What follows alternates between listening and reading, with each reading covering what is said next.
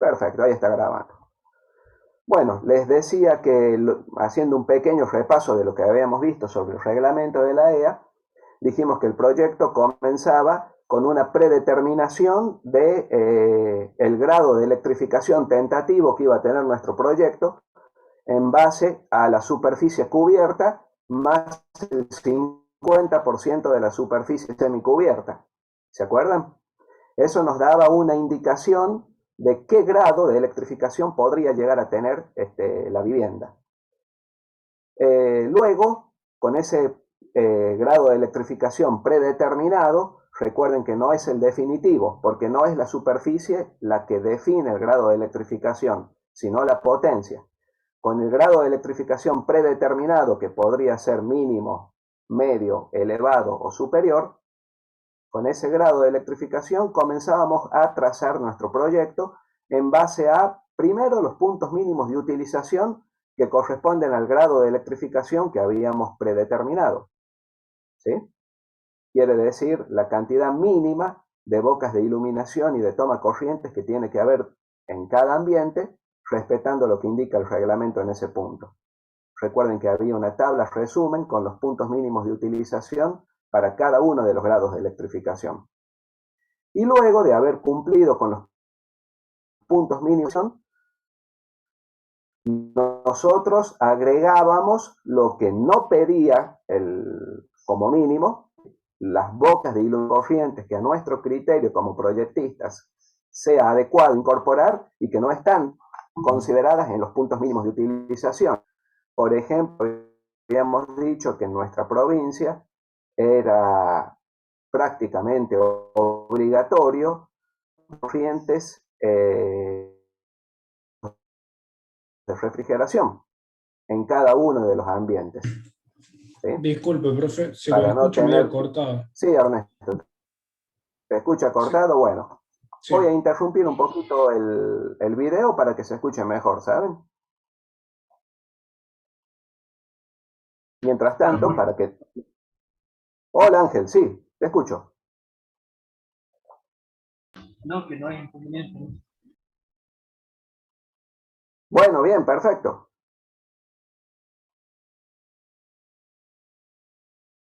Ahí se ve el reglamento. Para que no quede la pantalla en blanco, les dejo el reglamento y apago mi video. Probablemente ahí se escuche un poquito mejor. Bueno, a ver, podemos ir, ya que estamos con la pantalla compartida, mencionando de lo que vamos hablando, ¿sí? Dijimos que comenzábamos predeterminando el grado de electrificación. No sé por qué aparece este cuadro aquí.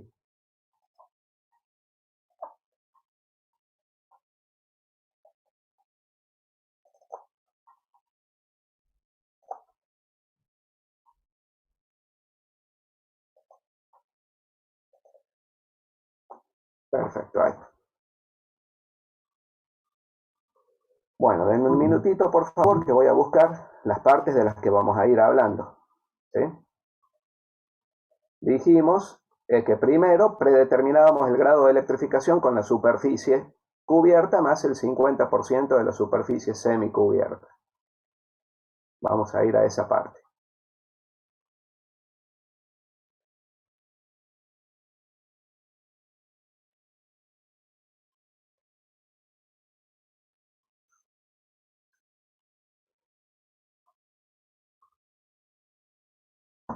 Aquí estamos, ¿sí?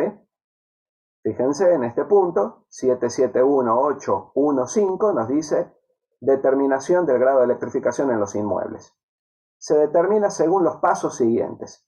Primero, con la superficie cubierta del inmueble más el 50% de la superficie semicubierta, predeterminamos el grado de electrificación, que sería, en la página siguiente, está resumido en este cuadro. Nuestros 4 grados de electrificación con sus límites para cada una de las superficies. Quiere decir que si yo tengo una vivienda cuya superficie está entre los 60 y los 130 metros cuadrados, le va a corresponder grado de electrificación medio. Luego, habiendo determinado el grado de electrificación medio, lo que tengo que hacer es empezar a cubrir los puntos mínimos de utilización. Y los puntos mínimos de utilización están resumidos en este cuadro. Resumen de los puntos mínimos de utilización en viviendas, en locales u oficinas proyectados originalmente para vivienda. Ahí les dice cuál es la cantidad mínima de bocas de iluminación y de toma corrientes de uso general, y en algunos casos les solicita un toma corrientes de uso especial. ¿Sí? Cumplimos entonces con los puntos mínimos de utilización y luego nosotros como proyectistas vamos a agregar los tomacorrientes o las bocas de iluminación que a nuestro criterio sea necesario agregar. ¿Sí? Recuerden que esto que solicita el reglamento es mínimo. Mínimamente yo tengo que colocar estos puntos de utilización. Luego yo puedo agregar los que considere necesarios. Una vez que tengo todos mis puntos de utilización establecidos, lo que tengo que hacer es comenzar a diseñar los circuitos, que para eso veíamos en el libro del Quadri la simbología para dejar en los planos eléctricos. Vamos a diseñar los circuitos y tenemos que hacerlo de modo de respetar este cuadro 77182, en el cual me dice cuál es la cantidad mínima de circuitos que tiene que tener nuestra vivienda para cada uno de los grados de electrificación. ¿Vamos bien hasta ahí? Es solamente un repaso de algo que ya habíamos visto. ¿Hay alguna duda? No, profe. No, profe, por mi parte. Bien. Perfecto. Y luego de tener determinado todos los circuitos, yo lo que voy a hacer es la cantidad total de bocas de iluminación y la cantidad total de toma corriente. Voy a armar, con esos elementos voy a armar los circuitos de modo de cumplir con la cantidad mínima de circuitos y respetando, por supuesto, lo que me pide el reglamento para cada uno de los circuitos. ¿Qué me pide el reglamento para diseñar mis circuitos? Me pide que sean circuitos separados de iluminación y de toma corrientes, que no sean combinados. Recuerden que solamente como caso particular se permite que un toma corrientes pueda estar derivado de un circuito de iluminación, pero no es que todos los circuitos van a ser combinados de iluminación y de toma corrientes. ¿Sí? Acá tenemos el cuadro resumen de los tipos de circuitos. Tenemos que respetar la máxima cantidad de bocas que me pide para cada uno de los circuitos. Yo no puedo hacer un circuito de iluminación de uso general con 25 bocas de iluminación. ¿Sí? Entonces, respetando todo lo que indica el reglamento para cada uno de los tipos de circuito que están establecidos aquí, yo voy a diseñar en el plano mis circuitos. Y lo voy a diseñar de manera de que el recorrido hasta la última boca del circuito sea el más corto posible, partiendo desde la ubicación del tablero. Desde el tablero seccional desde el cual se va a alimentar ese circuito, tengo que tratar de que la extensión sea lo mínima posible. Eso significa que tengo que tratar de que no dé vueltas como un caracol los conductores dentro de la vivienda hasta llegar a la última boca. Tengo que tratar de que los trazados de los circuitos sean establecidos de manera que las distancias sean las más cortas posibles, y de ese modo no solamente la voy a hacer más económica la instalación porque voy a estar ahorrando conductor, sino también voy a beneficiar la caída de tensión de la última boca de un circuito. Recuerden que la caída de tensión depende de la longitud del cable, del conductor con el cual está hecho el circuito. Cuanto más largo sea ese conductor, mayor va a ser la caída de tensión. De todas formas, eso lo vamos a estudiar un poquito más adelante. Bien, ahora bien, fíjense, tenemos todo eso determinado. Supongamos que ya tengo mi plano armado con la cantidad de circuitos, con la cantidad de bocas de iluminación y de toma corrientes necesario. Hasta ahora voy cumpliendo con todo lo que me pide el reglamento para alguno de estos grados de electrificación que yo haya predeterminado con la superficie. Pero aquí me dice otro dato que hasta ahora no lo habíamos mencionado, que es la demanda de potencia máxima simultánea. ¿Sí? Eso es porque la superficie me sirve para predeterminar el grado de electrificación. Pero el que realmente va a determinar cuál es el grado de electrificación es la potencia y no la superficie. Entonces yo tengo que ver ahora de qué manera voy a calcular la potencia de cada uno de los circuitos y de qué manera voy a sumar la potencia total para poder establecer si es que, por ejemplo, para grado de electrificación medio, la potencia total de mi proyecto, como lo fui armando hasta ahora, queda dentro de los 7 kVA. ¿Se entiende hasta ahí?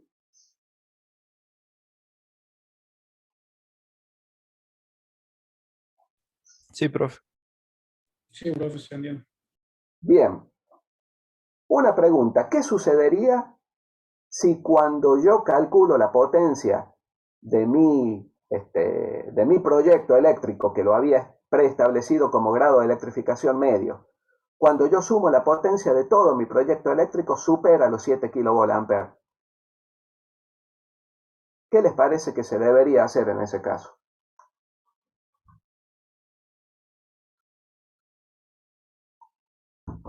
Tomar la inmediata superior. Deberíamos pasar al siguiente grado de electrificación, porque el que determina el grado de electrificación es la potencia. Quiere decir que si yo armé mi proyecto cumpliendo con todo lo que se pedía para grado de electrificación medio, ¿sí? Y, por ejemplo, porque agregué tomas para aires acondicionados, si yo agregué toma corrientes para aires acondicionados, puede ser que la potencia supere los 7 kVA. Me paso a grado de electrificación elevado y voy a tener que revisar mi proyecto de nuevo para ver, en primer lugar, si se cumple con los puntos mínimos de utilización que pide para grado de electrificación elevado, que son diferentes a los que pide para grado de electrificación medio. Podría suceder que en algún ambiente me falte agregar una boca de iluminación o un par de toma corrientes para cumplir con lo que pide los puntos mínimos de utilización para grado de electrificación elevado. También voy a tener que revisar la cantidad mínima de circuitos que me pide para el siguiente grado de electrificación, para grado de electrificación elevado.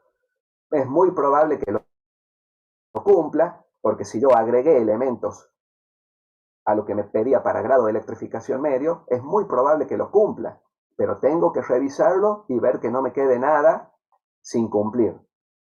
Y una vez que revisé o rediseñé mi proyecto de electrificación para el siguiente grado de electrificación, listo. Calculo la potencia y ahí queda, con ese grado de electrificación. ¿Se entiende? Es un proceso iterativo.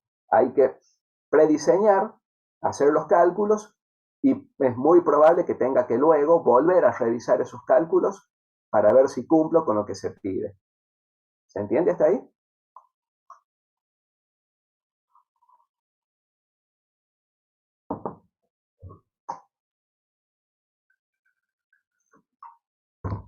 Bien. Continuamos. ¿Y cómo voy a calcular la potencia? Eso es lo que vamos a estudiar ahora.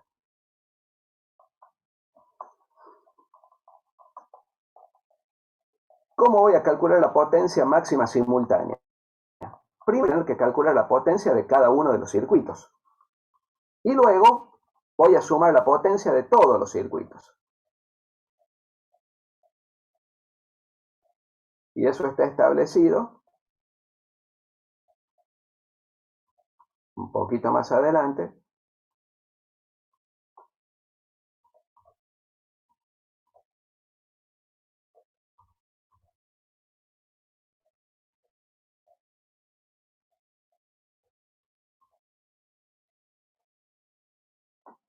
Aquí. Página 45, carga total correspondiente a un inmueble. Aquí me dice el reglamento cómo voy a calcular yo la potencia completa de un inmueble. Por ejemplo, yo les doy un dato. Es muy común ver que en algunos proyectos de electrificación, en algunos proyectos eléctricos de viviendas o de locales, se calculan con una potencia de 200 vatios para cada uno de los tomacorrientes. ¿Sí? ¿Lo vieron alguna vez de esa forma? No sé si alguna vez vieron o curiosearon un proyecto eléctrico.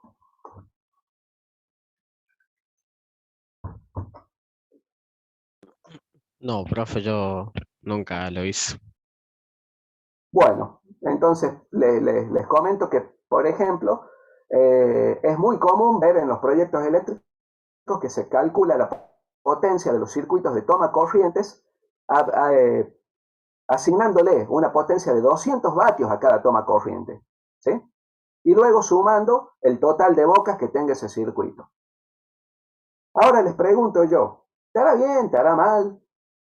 ¿Cómo puedo asegurar yo que esa va a ser la potencia del circuito?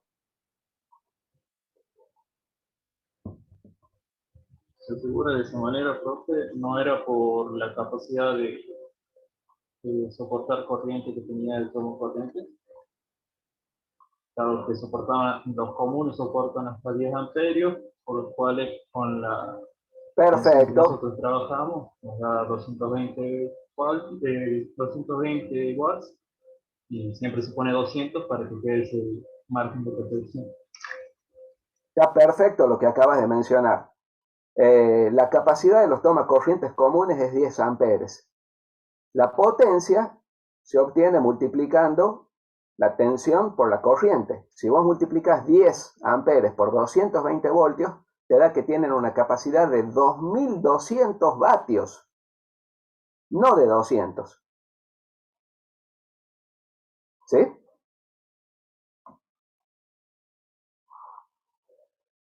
Entonces, uno se pone a pensar, un termotanque tiene una potencia de 1500 vatios.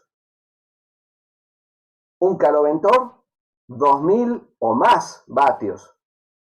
¿Sí? Entonces, una pava eléctrica tiene 1200 vatios aproximadamente. Bueno, en fin, hay muchos electrodomésticos de alto consumo que nos hace pensar si estará bien calcularlo de ese modo. Ya vamos a volver sobre cómo se calcula la potencia de los circuitos de toma corriente, ¿sí? Ahora, hay algo de lo que no hemos hablado, chicos. Aquí habla que la potencia, nosotros estuvimos hablando recién de la potencia en vatios. Pero fíjense una cosa, el reglamento en ningún momento menciona la potencia en vatios. Siempre la menciona en volt-ampere. ¿Habíamos hablado ya de esto? ¿Por qué la menciona en volt-ampere a la potencia y no en vatios? No, profe. ¿No? Bueno, ¿ustedes vieron el triángulo de potencia en física el año pasado? Sí, profe, sí lo vimos. ¿Eh? Bien. Si recuerdan, el triángulo de potencia tenía un ángulo de desfasaje que dependía, a ver, si me dan un minuto vamos a tratar de dibujarlo para no hablar en el aire. Un segundito, por favor.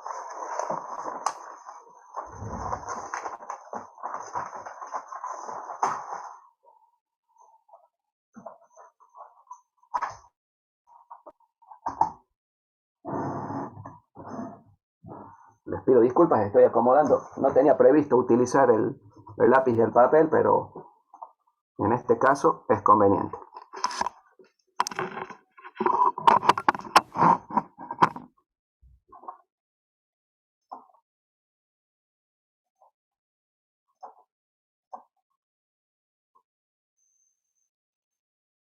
¿Se ve ahí en la imagen? Sí, profe. Sí, profe. Perfecto. Ustedes saben que la corriente alterna en nuestro país tiene forma de onda sinusoidal, ¿sí? Con una frecuencia de 50 ciclos por segundo o 50 Hz. ¿Está bien? Si yo aquí estoy estableciendo la forma de onda de la tensión entre entre línea y neutro, entre fase, cualquier fase, RST y neutro. Esto que estamos hablando lo vamos a ver en electrotecnia un poquito más adelante. A ver, disculpen un segundito.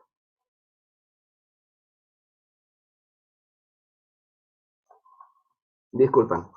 Les decía que en electrotecnia lo vamos a ver un poquito más adelante, a esto que les estoy mencionando, pero no se preocupen por ahora. Supongamos que esta es la forma de onda de la tensión, ¿sí? V, instantánea. Aquí voy a tener, puede ser ángulo, puede ser omega t, ¿sí? Ya lo vamos a ver, no se preocupen. Dijimos que la frecuencia es 50 ciclos. Y si yo estoy hablando de la tensión entre fase y neutro, ¿de qué valor de tensión estoy hablando? ¿Cuántos voltios? 220. Exactamente, 220 voltios. Y les consulto, ¿dónde están los 220 voltios? ¿Aquí? ¿En este pico?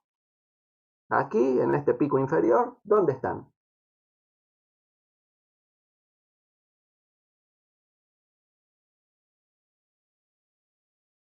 Si esto es forma de onda sinusoidal. Los 220 voltios a los que nos referimos nosotros es el valor de tensión eficaz. Esto lo deben haber visto probablemente en análisis matemático. La tensión eficaz de una forma de onda sinusoidal se calcula integrando la superficie debajo del semiciclo, ¿sí? Y obteniendo un rectángulo de la misma superficie. ¿Por qué? Porque el trabajo que puede hacer este semiciclo de tensión equivale a la superficie. Y si yo obtengo una superficie del mismo valor, voy a obtener el mismo trabajo con un valor de tensión constante, que esa es la V eficaz. La V eficaz es 220 voltios porque es la V máxima sobre raíz de 2. Seguramente lo vieron. En electrotecnia lo vamos a volver a... ¿Vamos bien hasta ahí? Sí, claro. ¿Sí? Bien. Ahora, yo dibujé ahí la onda de tensión. ¿Qué sucede con la onda de corriente? Si yo conecto a mi toma corrientes una estufa de cuarzo o un caloventor o una pava o un termotanque, cualquier elemento que sea resistivo, ¿sí? Cualquier elemento resistivo, voy a obtener un valor de corriente y acá lo dibujo en otra escala, no es que realmente sea mayor o menor que el otro, ¿sí? También sinusoidal y que va a alcanzar los máximos y los mínimos en el mismo instante de tiempo que la onda de tensión. Eso significa que la onda de tensión y la onda de corriente están en fase, porque alcanzan su máximo y su mínimo en el mismo instante de tiempo. ¿Vamos bien hasta ahí?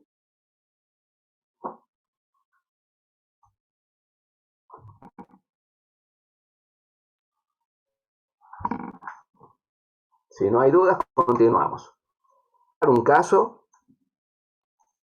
de una resistencia, de un electrodoméstico resistivo puro, ¿sí? Ahora, ¿qué sucede si yo en lugar de conectar un electrodoméstico resistivo puro, conecto un electrodoméstico que tenga una inductancia? Por ejemplo, cualquier motor es una inductancia. Podría ser un equipo de aire acondicionado, un ventilador, cualquier elemento. Voy a obtener una onda de tensión. Pero la onda de corriente, ¿sí? La onda de corriente va a estar ya no en fase, sino desfasada. ¿Y cuánto va a estar desfasada? Un determinado ángulo phi. ¿Se ve? Sí. Sí, profe. ¿Sí? ¿Y debido a qué se desfasa la onda de corriente y la onda de tensión? Debido a la naturaleza inductiva, también los capacitores pueden desfasar la onda de tensión y de corriente, lo vamos a ver mejor después en electrotecnia, ¿sí? También los capacitores pueden desfasar la onda de tensión y de corriente. Entonces, debido a ese desfasaje por la naturaleza de la carga que yo coloqué, me aparece este ángulo de desfasaje en la onda de tensión y de corriente que es phi. ¿Sí? ¿Qué sucede entonces? Sucede que yo voy a tener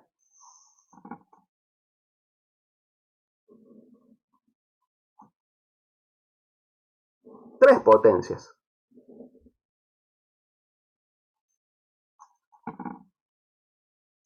Voy a tener una potencia aparente, una potencia activa y una potencia reactiva. Y este phi es el mismo ángulo de desfasaje entre la tensión y la corriente. La potencia activa es la que se mide en vatios. La potencia aparente se mide en volt-ampere. Y la potencia reactiva se mide en volt-ampere reactivo. La reactiva no me interesa por ahora. La que me interesa es la aparente y la activa. ¿Sí? Fíjense. La potencia aparente y la potencia activa. ¿Está bien? Siempre la aparente es mayor que la activa. O a lo sumo igual. Para este caso que yo dibujé primero, en el cual la onda de tensión y de corriente están en fase, en el cual las dos, en ese caso, el ángulo de desfasaje phi vale 0. Quiere decir que si phi vale 0, la potencia... ¿Se entiende? Profe, disculpe, ¿puede volver a repetir? Se cortó, ¿eh? ¿Se cortó un poquito? Les decía que en el primer caso que habíamos mencionado, para cualquier electrodoméstico resistivo, como la onda de tensión y de corriente están en fase, el ángulo de desfasaje aquí es 0. Phi es 0. Si phi es 0, la potencia aparente se hace igual a la potencia activa. ¿Sí? Sí. Perfecto. Excelente. Entonces, fíjense, la potencia aparente es V por I y se mide en volt-ampere. La potencia activa V por I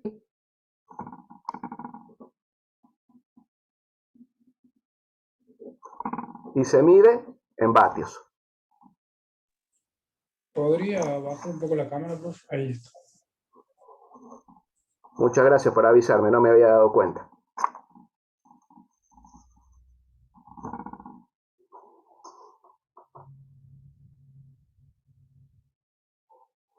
¿Vamos bien hasta ahí, chicos? Sí, profe. Quiere decir que para que yo sepa la potencia activa medida en vatios, tengo que conocer el ángulo phi de desfasaje entre la tensión y la corriente. ¿Sí?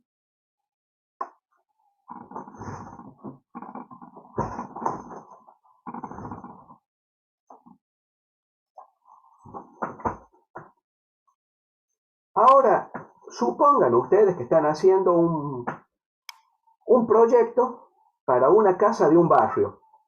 600 casas iguales, supongamos. ¿Sí? Entonces hacen un único proyecto de instalación eléctrica para una vivienda tipo de un barrio y se van a construir 600 viviendas iguales con ese mismo proyecto. Ustedes pueden asegurar, cuando están proyectando eso, qué elementos van a conectar cada una de las familias a cada uno de esas bocas de iluminación o toma corrientes. No. No. ¿sí? No saben si van a poner elementos resistivos o elementos inductivos, no saben cuántos aires acondicionados o cuántas estufas van a sacar. Entonces es imposible que nosotros sepamos cuál es el valor del ángulo de desfasaje que va a tener cada uno de los circuitos en base de los elementos que se conecten a esos circuitos. Tenemos un abanico, imagínense, 600 familias completamente diferentes pueden conectar lo que se les antoje. Entonces, ese es el motivo por el cual el reglamento, les voy a volver a compartir pantalla.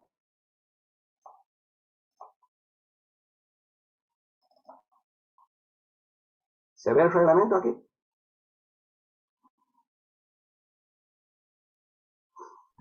Sí, profe.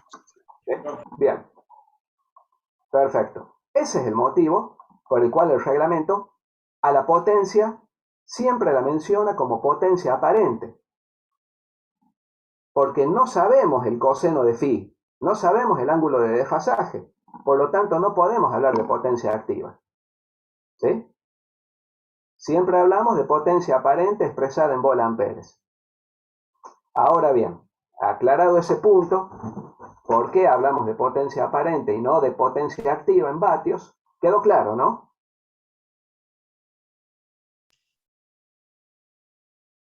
¿Sí? Sí, profe. Bien. Cualquier duda me consultan, me interrumpen, no hay ningún problema, explicamos las veces que sea necesario. Bien. Ahora que sabemos por qué trabaja en volt-amperes el reglamento, vamos a ver cómo se calcula para cada uno de los circuitos. Y fíjense, para los circuitos de iluminación de uso general, sin toma corrientes derivados, ¿sí? Es un circuito exclusivo de iluminación, me dice que yo tengo que calcular la potencia de todo el circuito como el 66% de la suma de todas las bocas que tenga el circuito a razón de 150 volt-ampere cada boca. Esto está un poquito exagerado hoy en día, ¿sí? En algún momento, cuando todavía no se habían popularizado la iluminación LED, puede haber sido que hubiera estado bien este valor de potencia, porque perdón, porque para obtener una buena iluminación con una lámpara incandescente, por ahí necesitábamos potencias de 75 vatios o lámparas de 60 vatios, ¿sí? Y en algunos puntos de utilización podría tener esos artefactos que llevan dos portalámparas, por lo tanto era relativamente sencillo llegar a esta potencia de 150 volt-ampere en cada boca de iluminación. Hoy en día, con la iluminación LED, si yo pusiera en cada boca de iluminación una lámpara LED de 150 volt-ampere, me quedaría ciego. ¿Sí? La potencia típica de las lámparas LED son de 6 vatios, 9 vatios, como máximo 15 vatios para el interior de las viviendas. Por supuesto que vienen lámparas mucho más potentes para el exterior. ¿Se entiende? A pesar de eso, yo creo que les había comentado que hay comisiones de estudio que permanentemente están revisando los reglamentos, haciéndole modificaciones y cambiando en función de los cambios técnicos que vayan surgiendo. Entonces, con seguridad, este valor se está revisando. Es más, ya existe una emisión previa, digamos, de un reglamento actualizado donde creo que este valor bajó a 60 volt-amperes. Pero por ahora nosotros vamos a utilizar como está establecido, con este valor de potencia. ¿Y por qué? Fíjense la diferencia entre viviendas y oficinas. Para viviendas me pide el 66%, pero para oficinas me pide el 100%. Quiere decir que directamente le multiplico el total de bocas de iluminación que tenga el circuito por 150 volt-ampere cada una. Y aquí tomo solamente el 66%. ¿Por qué les parece que puede existir esta diferencia? Porque las oficinas estarían todas prendidas a la vez. Porque en las oficinas, exacto, ese es el motivo. Y en una vivienda, ¿no puede ser que estén todas prendidas a la vez? Pero no la misma cantidad de tiempo. Exacto, la probabilidad de que en una vivienda todas las bocas de iluminación de un circuito estén encendidas simultáneamente es bajísima, ¿sí? Porque los circuitos abarcan varios ambientes. Tengo un circuito que abarca, por ejemplo, el living, más el baño, más tal vez un dormitorio. Y es muy difícil que todas las bocas de iluminación estén encendidas simultáneamente. En cambio, en una oficina, si un circuito de iluminación abarca 3 oficinas y en las 3 oficinas están con gente trabajando y van a estar encendidas todas las lámparas simultáneamente. Esa es la diferencia. Lo que hace el reglamento es tratar de estimar la probabilidad de que estén encendidas todas simultáneamente. ¿Sí? Ahora, para iluminación de uso especial, que recuerden que eran los circuitos de iluminación que se utilizaban para el exterior, les pide 66% de los puntos de utilización, pero ahora a 500 VA cada uno. Se supone que al ser circuitos de iluminación que pueden utilizarse en parques, en jardines, en áreas exteriores, van a requerir una potencia mayor. Y ahora vamos a los circuitos de iluminación, ¿sí? De toma corrientes. Fíjense, para un circuito de toma corrientes de uso general o para un circuito de iluminación con un toma corrientes derivado, me pide directamente 2200 VA por circuito. ¿Estará bien eso?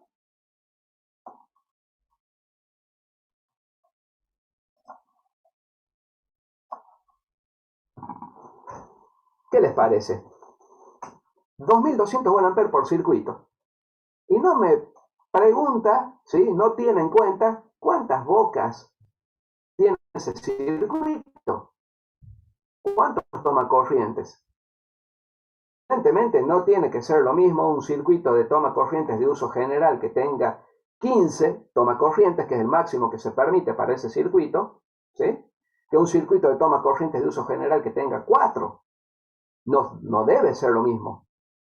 ¿Por qué le pone la misma potencia independientemente del número de bocas? Qué pregunta, ¿no? Porque no se usan toda la vez. No, no es por eso. Más o menos estás encarado, Ernesto, pero no es precisamente porque no se usan todas a la vez. ¿Sí? Se los voy a explicar de una forma muy sencilla. Imagínense que ustedes están alquilando un departamento, un monoambiente, un departamento, ¿sí? para estudiantes, está bien, un monoambiente, que tiene un circuito de toma corrientes con 15 toma corrientes distribuidos en todas las paredes del monoambiente. ¿Qué van a hacer? Tienen toma corriente de sobra. Entonces, en uno van a enchufar la computadora, en otro van a enchufar el televisor, en otro van a enchufar la pava eléctrica, en otro van a enchufar la heladera, en otro van a enchufar, no sé, el microondas, ¿sí? Etcétera, etcétera, etcétera. ¿Está bien?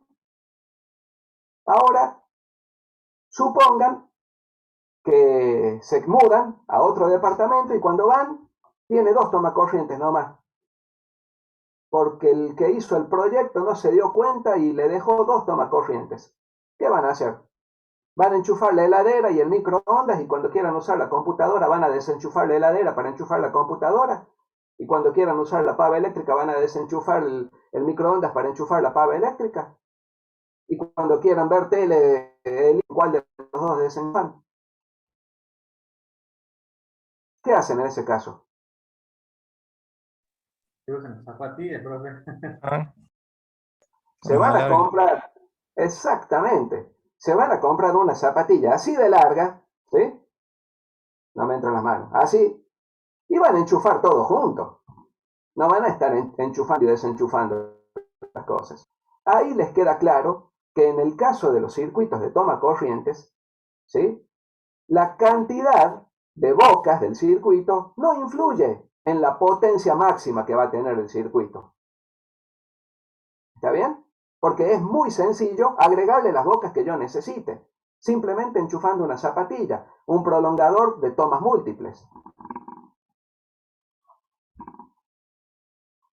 Entonces, por ese motivo, el reglamento, voy a detener el video y vuelvo a compartir pantalla. Por ese motivo, me dice directamente 2200 volamperes por cada circuito. ¿Sí? No me importa el número de bocas, porque si tiene una boca, le voy a poner una zapatilla y voy a enchufar todo lo que quiera. Y si tiene 15 bocas, voy a enchufar todo lo que quiera y probablemente me sobren algunos tomacorrientes libres. ¿Sí? Ahora bien, me dice 2200. ¿Qué significa estos 2200? ¿Qué es lo máximo que yo le voy a poder cargar a cada circuito? ¿Qué les parece?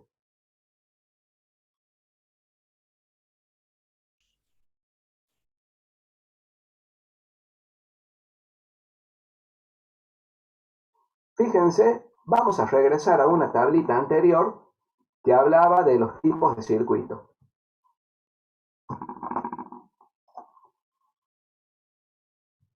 Un minutito, por favor.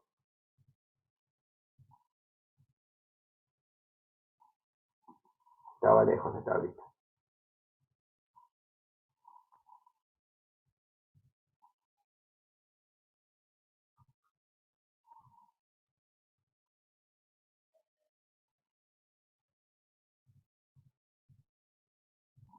Esta. ¿La ven? Fíjense para un circuito de toma corrientes de uso general, con un máximo de 15 bocas. ¿Sí?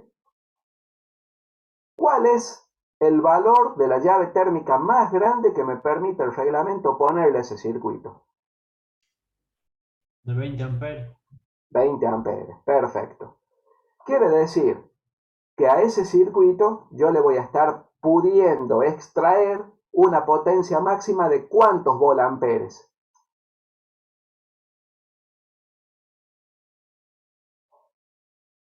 4400. Sí, señor, 220 voltios por 20 amperes son 4400 volamperes, antes de que la llave térmica actúe protegiendo al circuito. ¿Sí? Hasta 4400 volamperes yo puedo conectar a este circuito si es que yo le puse una llave térmica de 20 amperes y toqué los conductores de sección necesaria para que soporten esta corriente de 20 amperes. Que eso lo vamos a ver después. ¿Sí? Hasta 4400 volamperes yo puedo tomar de un circuito de toma corrientes de uso general. Ahora bien, de acuerdo a lo que yo estaba viendo recién,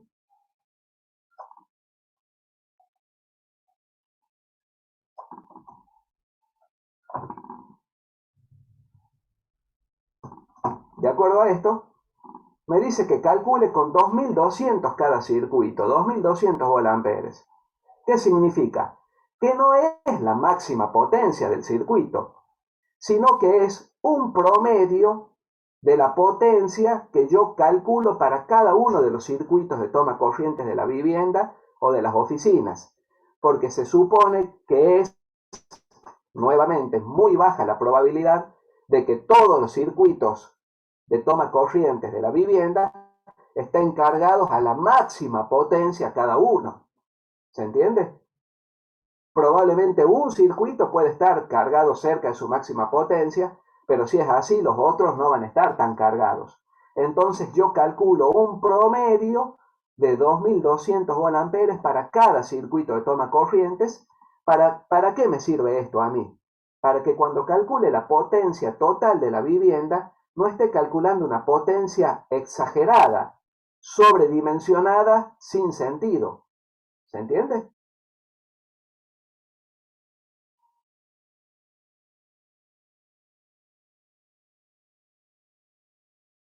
Si yo calculara la potencia de toda la vivienda, sumando la máxima potencia de cada circuito, me daría un valor muy elevado, al cual nunca llegaría. Por eso se calcula con estos promedios. Y para los circuitos de toma corrientes de uso especial, 3300 volamperes por circuito, directamente, como promedio. ¿Vamos bien hasta ahí, chicos? Sí, profe. ¿Sí? ¿No hay dudas? No. Bueno, Bien. bien. Una pregunta. ¿Cómo no? La otra vez escuché que, como vio en los aires, cuando se instala, se pone la llave térmica al lado del aire. Y dice que por ahí es una tontera ponerlo al final del circuito y no al principio, hacia el lado de la caja de la llave térmica principal, ¿no? Sí. Sí, lo que pasa es que la llave térmica muchas veces la ponen para proteger al equipo, pero en realidad la función de la llave térmica tiene que ser proteger los circuitos. Y si vos lo pones al final del circuito no te está protegiendo a los conductores, te está protegiendo solamente lo que haya desde la llave térmica en adelante. Entonces sí, es verdad, debería ir dentro del gabinete del tablero para proteger los conductores del circuito que llegan hasta el equipo de aire acondicionado. ¿Se entiende? Bueno, continuamos. Ahora bien, como yo ya sé cómo calcular la potencia de cada uno de los circuitos de mi vivienda, de mi proyecto, lo que puedo hacer ahora es sumar todos para ver cuánto me da toda la vivienda. ¿Sí? Y fíjense que yo ya había tenido en cuenta que seguramente no van a estar encendidas todas las luces simultáneamente, porque tomé un 66% en el caso de viviendas, de las bocas de iluminación, y también tuve en cuenta que los circuitos de toma corrientes no van a estar cargados a su máxima potencia, porque tomé un promedio de 2200 volamperes por circuito. ¿Sí? A pesar de eso, la potencia máxima simultánea de la vivienda no se calcula directamente sumando la potencia de todos los circuitos de acuerdo a este cuadrito que estoy viendo aquí, 77191, sino que también a esa suma de la potencia total de todos los circuitos la voy a afectar de un coeficiente de simultaneidad que va a depender del grado de electrificación. ¿Sí? ¿Qué significa? Que yo voy a sumar la potencia de todos los circuitos de acuerdo a esto y luego lo voy a multiplicar por este coeficiente de simultaneidad de acuerdo al grado de electrificación. Fíjense que es 1 para grado de electrificación mínimo, porque es el grado de electrificación más pequeño, es la potencia. Entonces ahí, como es una vivienda chica, con circuitos, probablemente con 2 circuitos solamente, entonces sí existe la probabilidad de que estén trabajando simultáneamente de acuerdo al cálculo que yo había hecho, los 2 circuitos, por lo tanto el coeficiente de simultaneidad es 1. Pero a medida que aumenta el grado de electrificación, aumenta la potencia, ¿sí? Entonces se hace evidente que voy a tener mayor cantidad de elementos conectados y va disminuyendo la probabilidad de que estén todos funcionando simultáneamente. Por eso, el grado de electrificación va disminuyendo, el coeficiente de simultaneidad va disminuyendo a medida que aumenta el grado de electrificación. ¿Se entiende?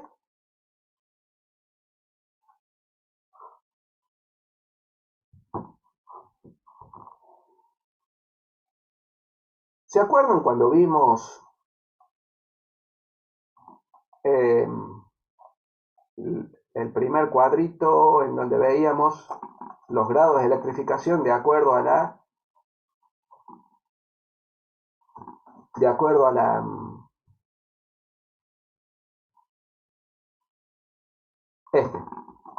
no, de acuerdo a la superficie y a la potencia? ¿Se acuerdan que predimensionábamos el grado de electrificación con la superficie? ¿Por qué les parece que se hace así? Hay algo que es evidente, y es que, por supuesto, una vivienda de 60 metros cuadrados va a necesitar mucho menos bocas de iluminación y de toma corriente que una vivienda de 100 metros cuadrados. Eso es evidente. ¿Sí? Pero no es ese el único motivo por el cual el grado de electrificación se predimensiona con la vivienda, con la superficie. ¿Qué les parece? ¿Habrá otro motivo?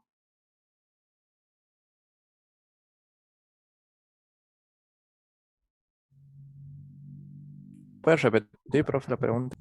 ¿Sí? Yo les estoy consultando por qué piensan ustedes que el grado de electrificación está predimensionado con la superficie de la vivienda. Y les decía que es evidente que una vivienda de mayor superficie, una de 100 metros cuadrados, va a necesitar más bocas de iluminación y de toma corriente que una de 60 metros cuadrados. Pero no es el único motivo. Hay La otro baja de motivo. tensión puede ser que dijo anteriormente. Hay otro motivo mucho más importante. No es la caída de tensión de la que hablábamos. No es la caída de tensión porque eso se corrige con la sección de los conductores solamente. ¿Saben cuál es el motivo? El motivo es que se supone que el poder adquisitivo de los integrantes de la vivienda crece cuando crece el tamaño de la vivienda. Y por lo tanto van a tener mayor cantidad de electrodomésticos de alto consumo porque van a poder pagar la factura de energía eléctrica. ¿Sí? Es muy probable que una vivienda de 60 metros cuadrados tenga un solo aire acondicionado. ¿Está bien? ¿Por qué? Porque es una vivienda chica y se supone que sus ocupantes pueden tener un menor poder adquisitivo que los ocupantes de una vivienda de 100 metros cuadrados, en la cual seguramente le pueden llegar a poner aire acondicionado hasta en el baño. Por eso, a medida que aumenta la superficie de la vivienda, se supone que aumenta el poder adquisitivo de sus ocupantes, por lo tanto van a consumir mayor energía eléctrica, mayor cantidad de potencia. ¿Entiende? Sí, profe. No es solamente porque va a tener, en lugar de 10 bocas de iluminación, esta va a tener 20. No es solamente por eso, sino que es porque van a enchufar electrodomésticos de mayor consumo y mayor cantidad de electrodomésticos. ¿Sí? No solamente, por ejemplo, un lavavajillas. Ustedes saben que los lavavajillas consumen una potencia bastante elevada porque tienen que calentar el agua prácticamente a punto de hervor para poder trabajar eficazmente. Entonces, un lavavajillas consume mucha energía eléctrica y seguramente una vivienda pequeña no va a tener un lavavajillas, pero una vivienda grande sí va a tener, pero no porque sea grande la vivienda, sino porque sus ocupantes pueden pagar un lavavajillas y pueden pagar la energía eléctrica. ¿Sí?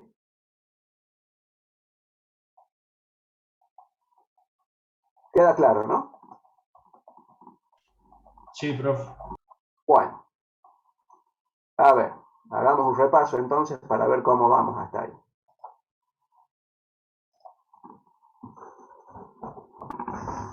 Yo lo voy viendo aquí en el reglamento que tengo en papel. Para mí es más fácil que verlo. ¿Sí? Bien, entonces llegamos a determinar la potencia máxima simultánea. Entonces, si con esa potencia máxima simultánea que ustedes determinaron, ven que se exceden de la potencia máxima para el grado de electrificación que habían predeterminado, como dijimos al principio, van a tener que revisar todo el proyecto para verificar si cumplen con todo lo que se exige para el grado de electrificación siguiente, al cual ustedes tuvieron que pasar. Entonces van a ver los mínimos de utilización, van a verificar la cantidad mínima de circuitos, van a verificar todo que se cumpla para el grado de electrificación al cual han pasado. Y una vez que verifican que está todo cumplido, perdón, si tienen que agregar alguna boca de iluminación o de toma corrientes, la agregan. Disculpen, voy a tomar algo.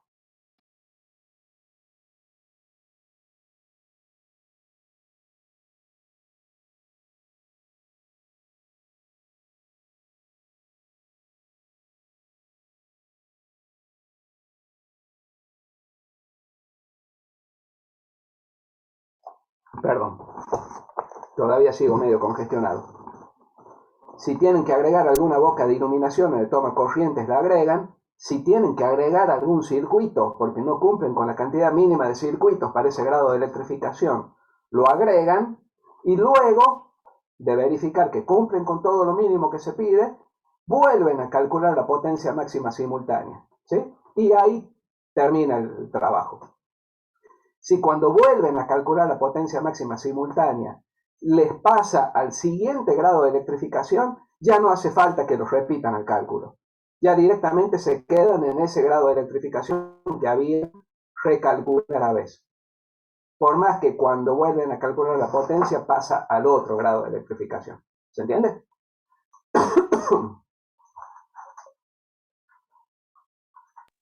Sí, profe, quedó claro. Perfecto. Bueno.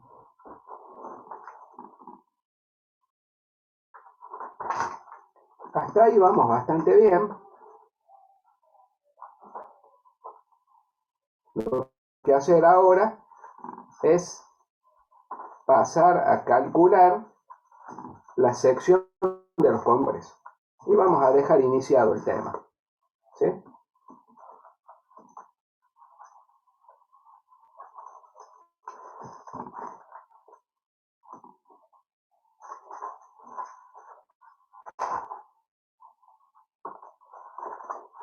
En la página 89 del reglamento, vamos a compartirlo.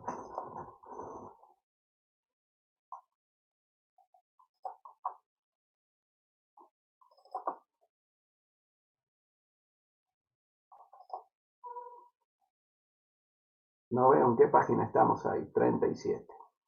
Vamos a la 89.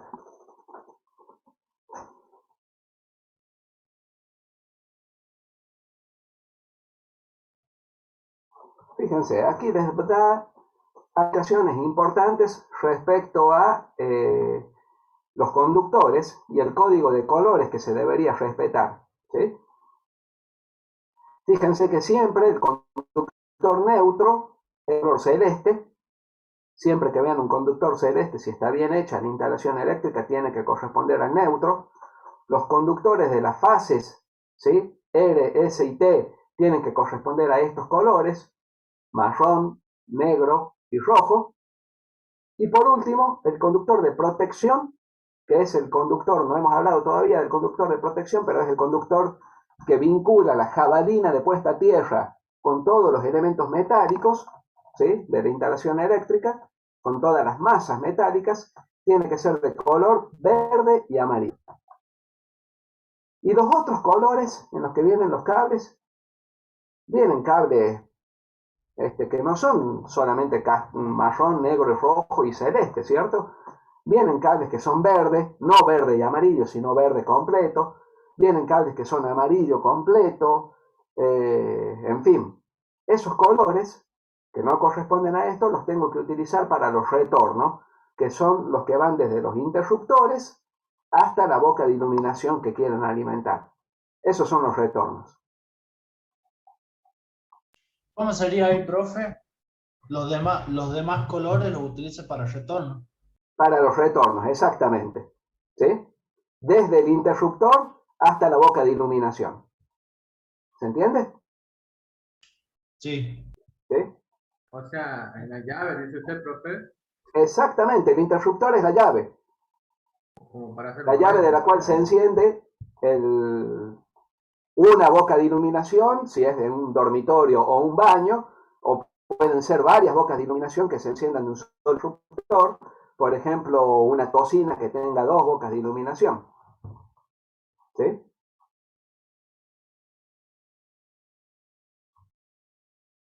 Y aquí tienen también, fíjense, todas las indicaciones que dice que los conductores de línea deben identificarse por los colores aquí indicados. Podrán utilizarse otros colores por razones de fuerza mayor, dice.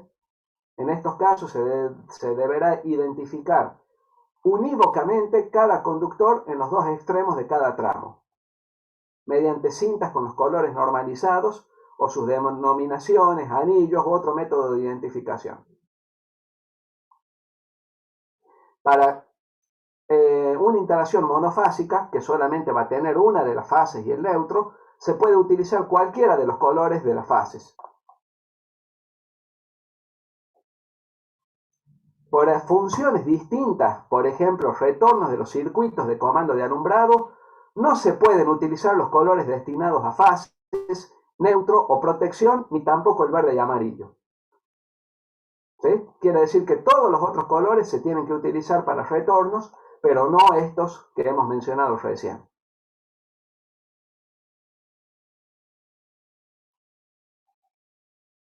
Bien, eso es en general, ¿sí?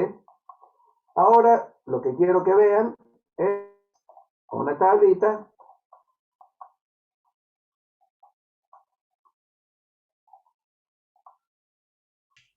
El cálculo del diámetro ahora, profe. Ahora lo vamos a ver. Recuerden que los conductores no calculamos diámetro, sino sección, ¿sí? Son milímetros cuadrados de sección transversal. Y esos milímetros cuadrados de sección transversal no incluyen el aislante, es solamente el conductor, ¿sí? Página 89 les dije yo, ¿no? Sí.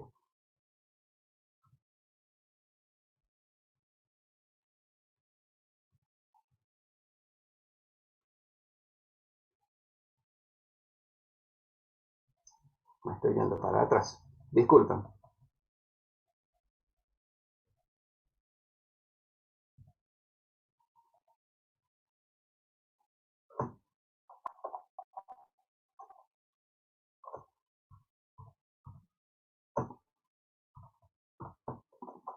Bien, este cuadrito quería mostrarles, ¿sí?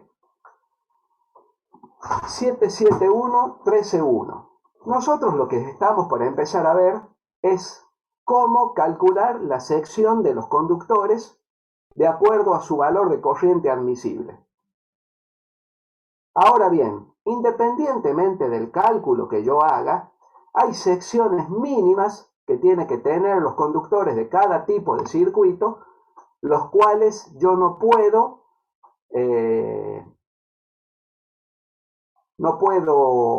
ignorar, ¿sí? Yo no puedo poner un circuito de toma corrientes con un conductor de 1,5 milímetros cuadrados de sección, porque lo mínimo que me pide a mí el reglamento es 2,5. ¿Sí? Entonces, cuando yo haga los cálculos de las secciones de los conductores, voy a tener que verificar que cumpla con este mínimo. Si a mí el cálculo me da que podría poner un conductor de menor sección que alguna de las que figura aquí, lo que tengo que hacer es inmediatamente irme a la sección que me pide este cuadrito. Menos de esto no puedo colocar para cada uno de estos usos que aparece aquí. ¿Se entiende? Fíjense, aquí aparecen los interruptores con 1,5 milímetros cuadrados, los retornos de los interruptores. ¿Está bien? Fíjense que ningún conductor en una vivienda puede ser menor a 1,5 milímetros cuadrados. A pesar de eso, hay cables de 1 milímetro cuadrado de sección, que tampoco se puede evitar que se vendan, porque podría ser para un uso que no sea domiciliario, podría ser para un uso industrial, por ejemplo. Entonces no se puede evitar que se fabriquen y se vendan conductores de 1 milímetro cuadrado de sección. Pero sí, nosotros tenemos que respetar lo que me dice aquí. No debería poner retornos de 1 milímetro cuadrado de sección, o no debería poner circuitos de toma corrientes con 1,5 milímetros cuadrados de sección. Recuerden este cuadrito. Con este van a verificar ustedes que las secciones de los conductores, página 89, cumplen con estos mínimos que se pide aquí de acuerdo a el destino de esos conductores. ¿Está clarito?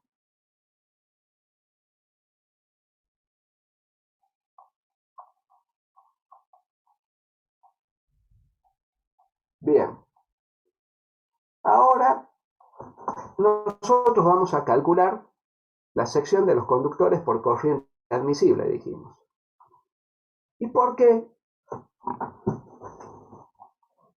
Aquí está, página 92.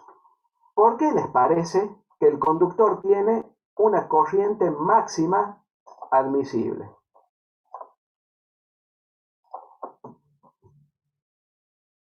Por la temperatura. ¿Qué es lo que determina la corriente máxima admisible de un conductor? Mencionaron ahí ¿La temperatura puede ser? Eso es lo Su que dije yo. No sé. máxima, Perfecto. Muy bien. Por la su máxima temperatura. capacidad de transportar corriente. Bien. Está relacionado con la temperatura. Perfecto. ¿Por qué? ¿Qué sucede cuando excedo la temperatura a la cual yo supongamos que diseñé mi conductor? ¿Qué va a Si no suceder? actúan las protecciones, se quema el cable. Se quema el cable. ¿La parte conductora La vaina protectora. o la parte aislante? El aislante. El aislante, profe. Exactamente. Y a su El vez, aislante. Perfecto. Termina la corriente admisible del conductor, no es el conductor que puede ser de cobre o de aluminio, sino el aislante, porque el que primero se va a deteriorar es el aislante del conductor. Entonces eso es algo muy importante tener bien clarito, que el aislante del conductor es el que primero se deteriora, el que primero sufre las consecuencias. Entonces el aislante que tenga mi conductor me va a determinar el valor de corriente admisible que va a tener ese conductor. ¿Sí? Ahora bien, estamos hablando de que cuando circula corriente por el conductor sube la temperatura. ¿Sí? ¿Y por qué sube la temperatura del conductor?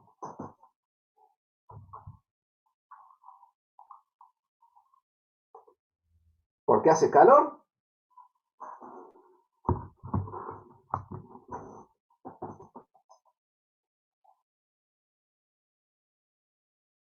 ¿Alguna idea? ¿Por qué sube la temperatura del conductor cuando circula corriente? Puede ser que el aparato conectado consuma mucho.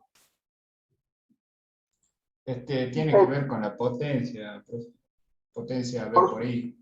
Por supuesto que cuando aumenta la potencia y aumenta la corriente que circula por el conductor, aumenta la temperatura, está bien. Pero no estamos explicando por qué aumenta la temperatura. ¿Sí? Es por efecto Joule, chicos. El paso de la corriente por el efecto Joule. Por efecto Joule, perfecto, Ángel. No sé si fue Ángel o José, no sé quién lo mencionó. Es por efecto Joule. ¿Sí? ¿Por qué?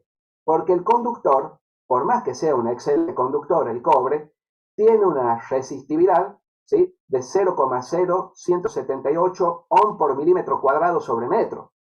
Y el aluminio, otro valor aún mayor. ¿Sí?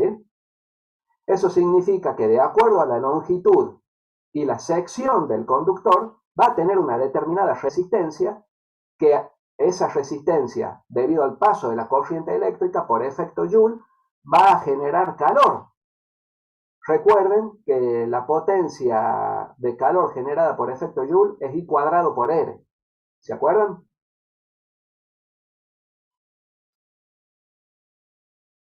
Entonces, multiplicando el cuadrado de la corriente, del valor de corriente que circula por el conductor, por la resistencia interna de ese conductor, me va a dar la potencia que se va a convertir en calor, por efecto Joule, I cuadrado por R. ¿Está clarito hasta ahí?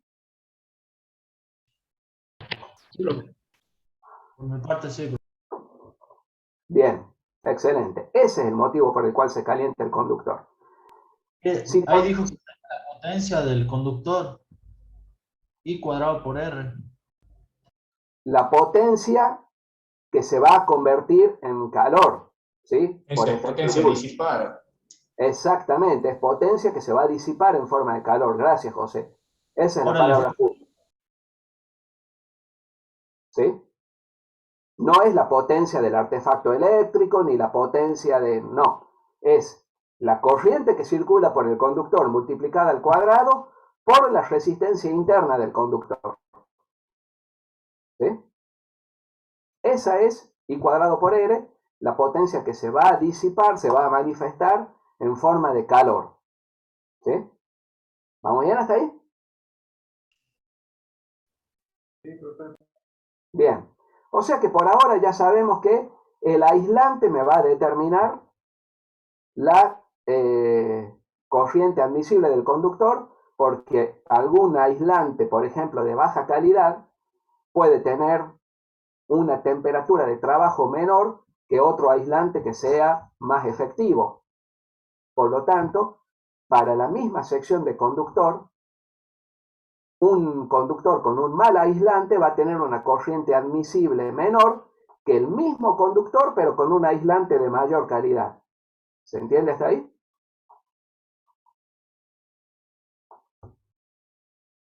Eso significa que el material aislante...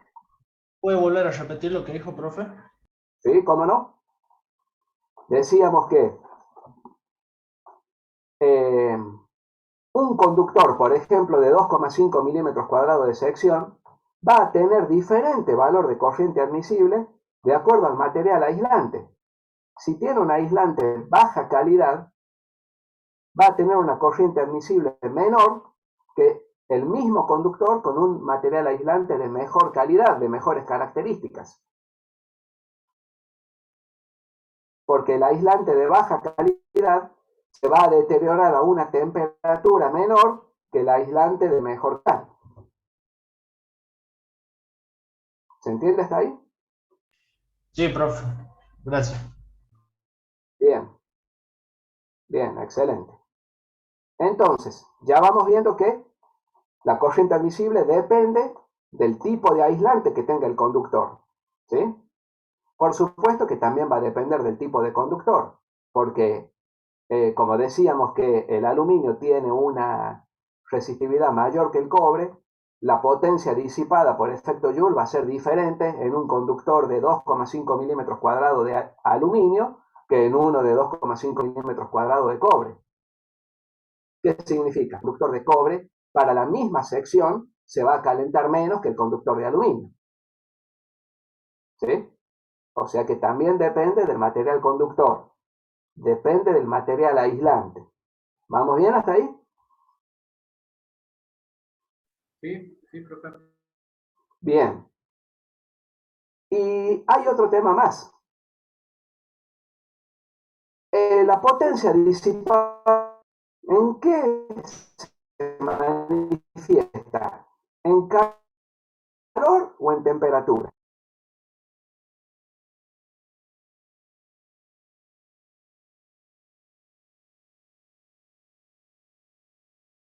¿Cómo digo, profe? Disculpe, está todo, yo escuché todo cortado.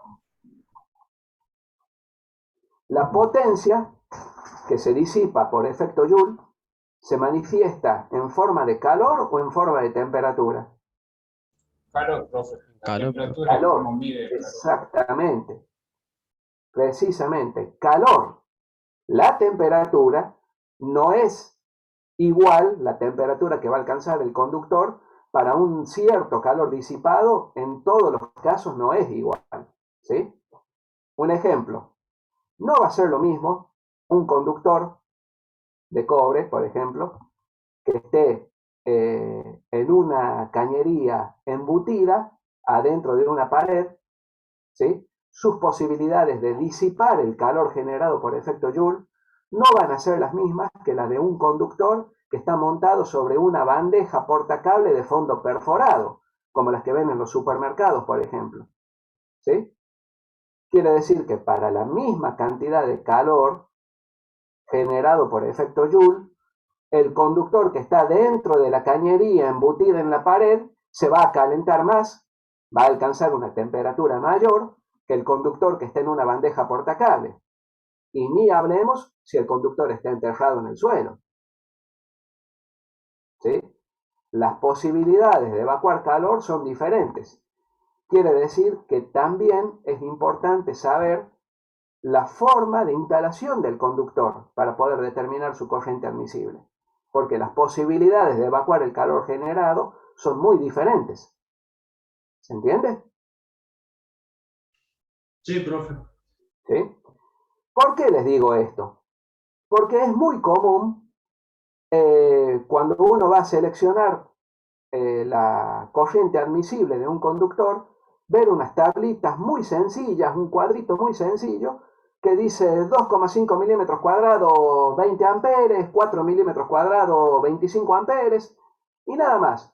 No dice el tipo de aislante, no dice el tipo de conductor, ¿sí? No dice la forma de instalación, y todo eso influye muchísimo, ¿sí? ¿Se entiende? Sí, Sí, profe. profe. ¿Y qué otra cosa va a influir? ¿Qué les parece? Algo que es importantísimo y también influye. ¿Cómo qué sería?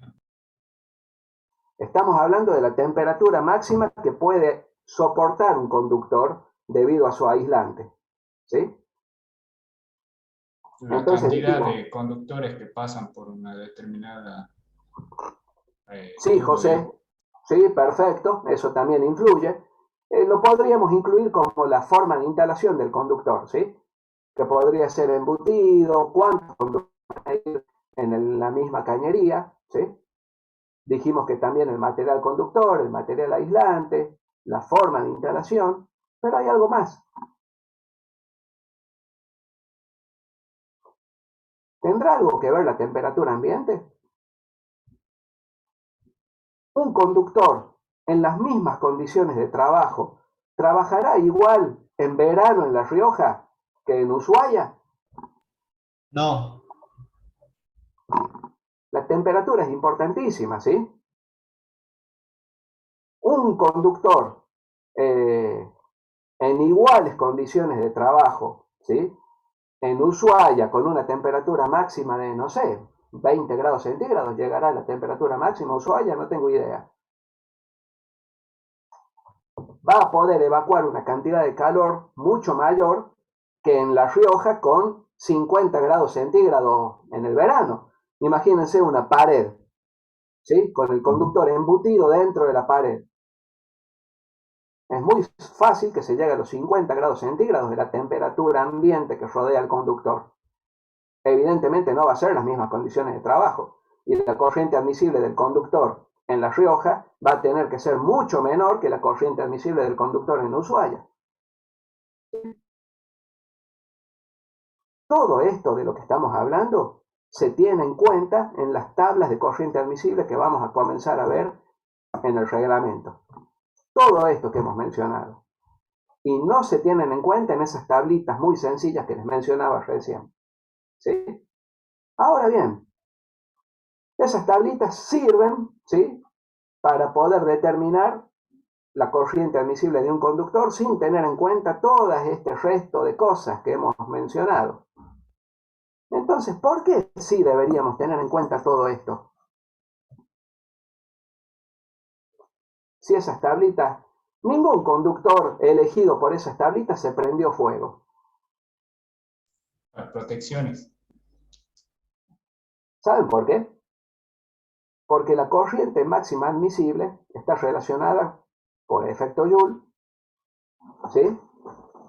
Y dijimos que el efecto Joule dependía del cuadrado de la corriente. No de la corriente, sino del cuadrado. Eso significa que si yo duplico la corriente de un conductor, no estoy duplicando su temperatura, sino que la estoy cuadruplicando. ¿Se entiende? sí, ¿Sí? Está clarito, ¿no? Es por el cuadrado de la corriente. Estoy cuadruplicando la temperatura al duplicar la corriente admisible. Eso significa que diferencias de corriente respecto a la corriente admisible que a mi entender podrían ser pequeñas, sí podemos decir, bueno, pero si este conductor aguanta 18 amperes y lo hago trabajar con 22 amperes, no es tanto, no va a pasar nada. Y sí, al principio no pasa nada. El conductor no se prende fuego, la instalación funciona correctamente, pero sí estoy obligando a trabajar a ese conductor a una temperatura de trabajo mayor a la admisible. Por lo tanto, el aislante de ese conductor se va a comenzar a deteriorar con el tiempo y se va a dañar mucho antes de cumplir su vida útil. Eso significa que una instalación eléctrica que me debería durar 20 años me va a durar 4 o 5 años. Y los conductores van a estar todos pelados, van a empezar las fallas, porque el aislante se cae solo, se reseca el aislante y se empieza a desprender. ¿Se entiende? No me da ningún problema en lo inmediato, pero sí comienzan las fallas luego de una vida útil relativamente corta. ¿Sí? Profe, y en esos casos, ¿qué tenemos que emplear? ¿Un promedio? No, lo que hay que hacer es calcular bien los valores de la corriente admisible teniendo en cuenta todo lo que hemos mencionado recién, y es lo que vamos a comenzar a ver la próxima clase cuando veamos las tablas de corriente admisible que tiene el reglamento de la AEA. ¿Sí? Cada conductor tiene distinta corriente admisible, profe. Cada sección de conductor, sí. Cada sección de conductor. Por supuesto, cada sección tiene distinta corriente admisible y no solamente depende de la sección. Habíamos dicho que dependía del aislante. Habíamos dicho que dependía de la forma de instalación. Dependía de la temperatura ambiente. Dependía de cuántos conductores por los cuales circula energía eléctrica están rodeando al conductor al cual yo le estoy calculando el valor. Depende de muchísimas cosas que hay que tenerlas en cuenta. ¿Se entiende?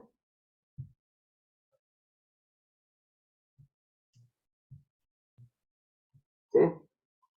Bueno, chicos, ya me cansé de hablar y me está picando de nuevo la garganta. ¿Les parece que cortemos aquí y directamente la clase que viene, en base a todo esto que hemos hablado, comenzamos directamente a ver cómo calcula la corriente admisible el reglamento?